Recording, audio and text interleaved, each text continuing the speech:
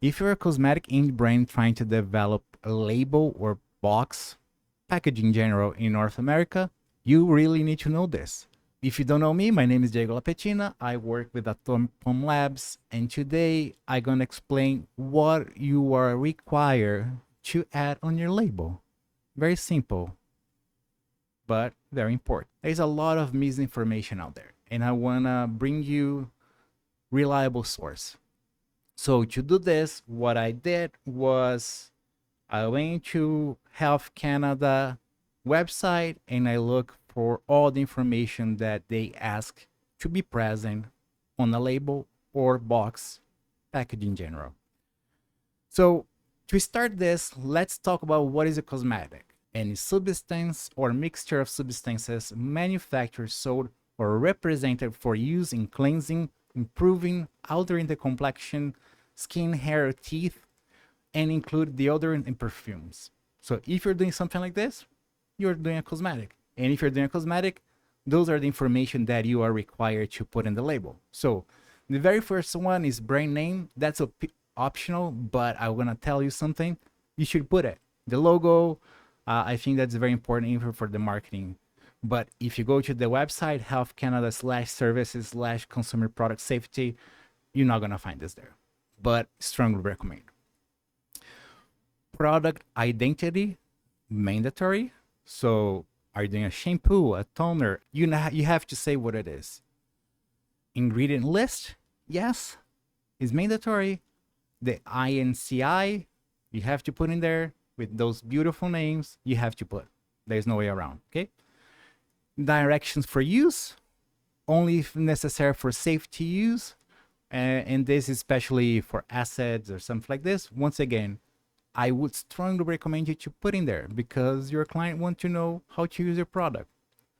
Warning, mandatory if necessary for safe use.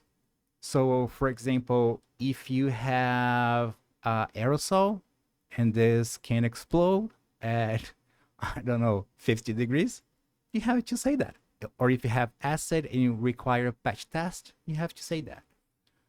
Honestly, talk with experts in the field, I would strongly recommend you to always put warnings there so you're safe and no one can actually argue that they don't know how to use a product. Smart approach.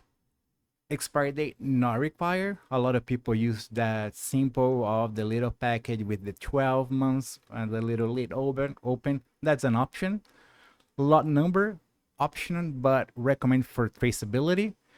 And during my conversation with experts in this field, they told me that even if expiry date and lot number are not required, it is very smart approach to insert because maybe some large distributor not gonna get your product if you don't have those. So that's some fruit for thoughts. Bilingual, you live in Canada, it has to be bilingual, French and English. Net quantity has to be there in metric system, especially in Canada. The storage instructions depends. Once again, that goes back to the avoidable hazards. If you're selling spray that might explode at 55, 60 degrees Celsius, that would be a good idea to put in there. Manufacturer or distributor information. That's mandatory and has to include the name and the address of business. So if you're trying to sell something in Canada, you are required to say where the main business is. Otherwise, you might have troubles. Contact information, it is mandatory. Unavoidable hazards, mandatory. And all of those are the information that you are required to put on the label, but it's not the only thing you have to pay attention. So there's the font size, there is the principal display area. So there's a lot of more questions that you have to pay attention, and that's why you need to hire a graphic designer like myself. I hope this has been helpful, and I see you guys soon. Bye.